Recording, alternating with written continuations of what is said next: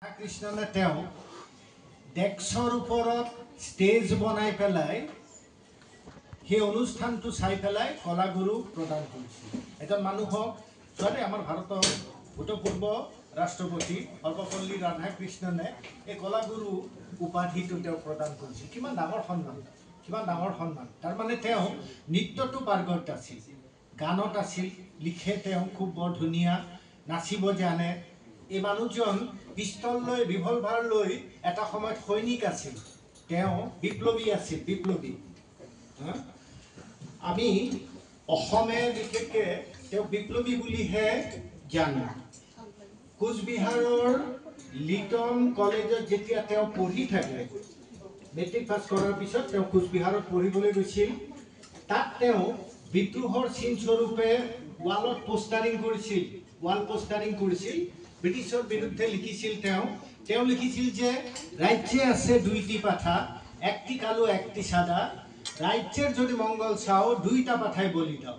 তাৰমানে ব্ৰিটিছ দাৰোগা এজনৰ কথা কৈছিল আৰু ইংৰাজ চাহাব এজনৰ কথা কৈছিল যে ৰাজ্যত দুটা পাঠা আছে, ৰাজ্যৰ যদি মঙ্গল চোৱা তেনেহ'লে এই দুইটা পাঠাই বলি দিব লাগিব। তাৰমানে বিপ্লৱী সত্তাটো কেনেকৈ তেওঁ উলিয়াই দেখুৱাইছিল চোৱাচোন। তেওঁ পোষ্টাৰিং কৰিছিল বা তেওঁ ৱালত তেনেকৈ লিটন কলেজৰ বাউণ্ডেৰী ৱালত তেনেকৈ লিখি পঠাইছিল আৰু যাৰ বাবে তেওঁক এৰেষ্ট কৰাৰ বাবে তেতিয়া চৰকাৰে সাজু হৈছিল আৰু তেওঁ নাৱেৰে পলাই আহি ধুবুৰী পাইছিলহি। ধুবুৰী পাই তেজপুৰ পাইছিলগৈ, তেজপুৰ তেওঁৰ নিজৰ ঠাই। এনেকৈ অসংখ্য কাহিনী এই মানুহজনৰ লগত সন্নিৱিষ্ট হৈ আছে।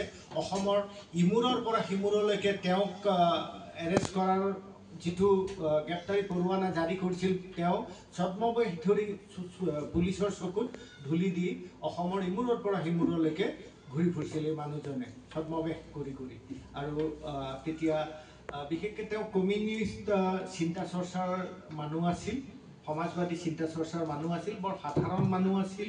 কিন্তু 1926 চনত বোধহয়, মই চনটো অলপ পাহৰিবও পাৰোঁ, তেওঁ 26 চনত যেতিয়া মেট্ৰিক পাছ কৰে তেতিয়াই তেওঁ ডিষ্টিংশ্যন লৈ পাছ কৰিছিল।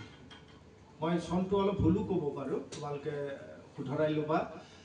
তেওঁ যেতিয়া মেট্ৰিক পাছ কৰিছিল তেওঁ তেতিয়াৰ দিনত চাবা দেই, আজিৰ দিনত নহয়, ডিষ্টিংশ্যন লৈ পাছ কৰিছিল। কিমান মানে চোকা মানুহ আছিল। তেওঁ যদি সঠিক পথত ভালদৰে পঢ়া শুনা কৰি থাকিলেহেঁতেন হয়তো তেওঁ আজি ভাৰতবৰ্ষৰ স্বনামধন্য ব্যক্তিবোৰ যেনেকুৱা আছে, যাৰ নাম আমি সততে লওঁ, যেনে APJ আবুল কালাম, তেওঁতো হয়তো তেনেকুৱা স্তৰৰ মানুহ হ'লগৈ হয়।